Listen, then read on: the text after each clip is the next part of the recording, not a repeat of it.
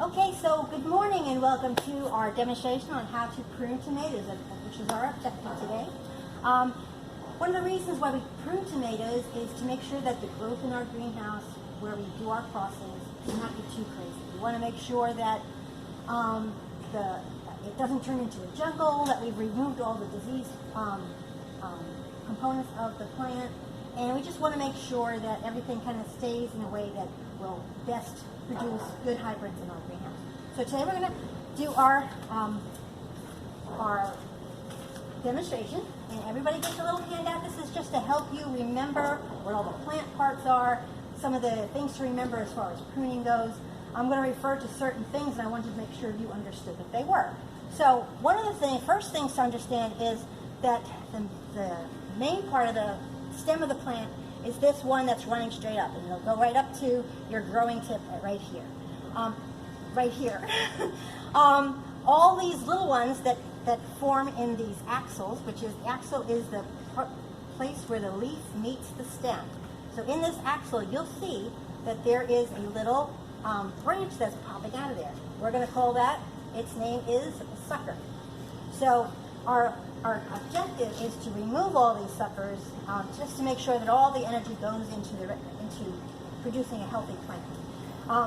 Now, when the plants are this small, we don't really need pruners and scissors and things, but if you did, if the plant was larger, you might want to use them. Today we're just going to use our hands, and just to make sure that everything is nice and sterile, we'll I'll offer you gloves, or if you don't want to use gloves, we also have alcohol, which is always a good thing when you walk into the greenhouse. Just make sure you alcohol your hands. So I'm going to have you all just do that real quick and get your hands nice and sterile, so that in case you had something outside that you touched, chances are if you put alcohol on it, it won't carry it in and infect the entire greenhouse. Okay. Now, before you actually do this on your plants, I'm just going to show you how it's done. And it's really very simple. All you need to do is find your little sucker in that axle where I noted before, and just pinch it out. If you have nails, it's really easy. If you don't have nails, even just bending it will pop it right out. So you're going to take all of those little suckers all the way down and all the way up. Now, when you get up to the top, what we do in our greenhouse is to leave that one extra sucker up there. And the reason for that is so that if something happens and it injures the growing tip, we have something else to fall back on. So I'm going to leave this really long sucker, so that'll be my backup, but I'm going to take out this little tiny sucker that's right here. Okay? Does everybody understand? And before you do your own, hang on.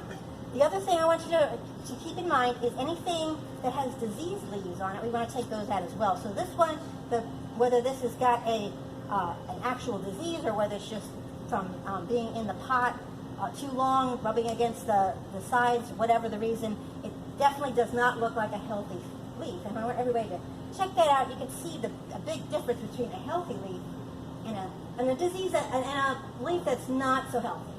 And it's important when you're pruning, even if you don't understand what the diseases are, to know what the difference between a healthy and an unhealthy leaf. Because you want to go in there then, if it doesn't look right, to figure out if there's a pest that's in there, or if there's a disease we need to spray with. And so it's important to keep an eye on for these kinds of things as well whenever you're pruning.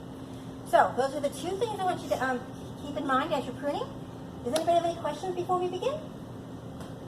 Okay, and I do want to just mention though that if you're pruning and you have diseased leaves all the way up, or the leaves that don't look great all the way up here, we don't want to go too far up.